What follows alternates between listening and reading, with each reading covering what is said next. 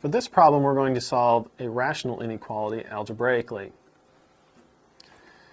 We want to solve this inequality, and we're going to write our solution set in interval notation. Just like with polynomial inequalities, the first thing we'd like to do is move everything over to the left-hand side and get the right side equal to 0. This is very important on these rationals, that we don't just subtract into the numerator because we don't have a common denominator. So the first step, I'm just going to write x plus 2 over x minus 3, and just write minus 2. So we know that it's clearly separate from this fraction. Now we do need to get a common denominator before we can subtract these. We think of this as 2 over 1. We need to multiply the top and bottom by x minus 3.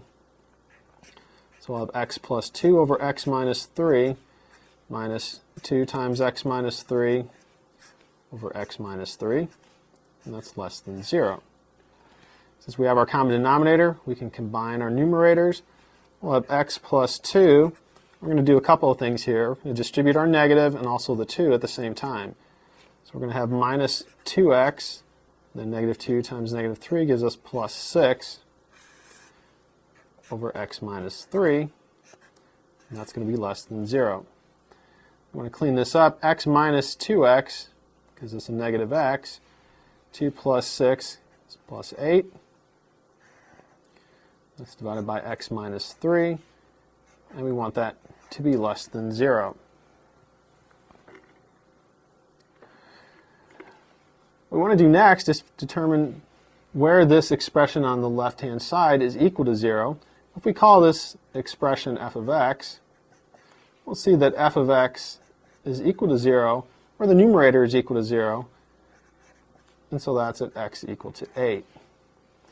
We also want to find out where this expression, or f of x on this side, is undefined. So we can say that f of x is undefined. That's going to be where the denominator is equal to 0, and in this case, that's at x equal to 3. We're now going to use a table and the breakpoints that we found to finish solving our inequality. We've got our function f of x is negative x plus 8 divided by x minus 3. We want that to be less than 0. And we're going to use the values x equal to 8 and x equal to 3 to break up the x-axis. We need to write down some intervals. We're going to start at negative infinity, go up to our first breakpoint, which will be 3. We'll go from 3 to the next breakpoint, which is 8. And then we'll go from 8 to infinity. Next, we need to pick a number in each of these intervals that we want to test our function at. So in the first interval, negative infinity to 3, we want to pick 0. From 3 to 8, we'll pick 4. And from 8 to infinity, we'll pick 9. Now it's important to know you could pick any value inside each of these intervals, but you want to try to pick something close to the endpoints, something nice to work with. So we used integers, and 0 is a nice number to work with. Next, we want to find the value of f at each of these values that we've chosen.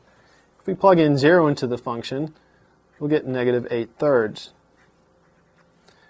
If we plug in 4 into the function, we'll get a value of 4. And if we plug 9 into the function, we'll get a value of negative 1/6. So our conclusion is that on this first interval, the function will be negative. On the second interval, the function will be positive. And on the third interval, the function will be negative.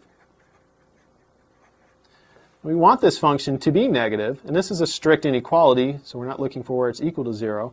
We want it to be strictly less than 0. So we look at our intervals and see that the function will be negative on the first and third intervals. And so our solution set in interval notation will be negative infinity to 3, use a parenthesis on 3, union 8 to infinity.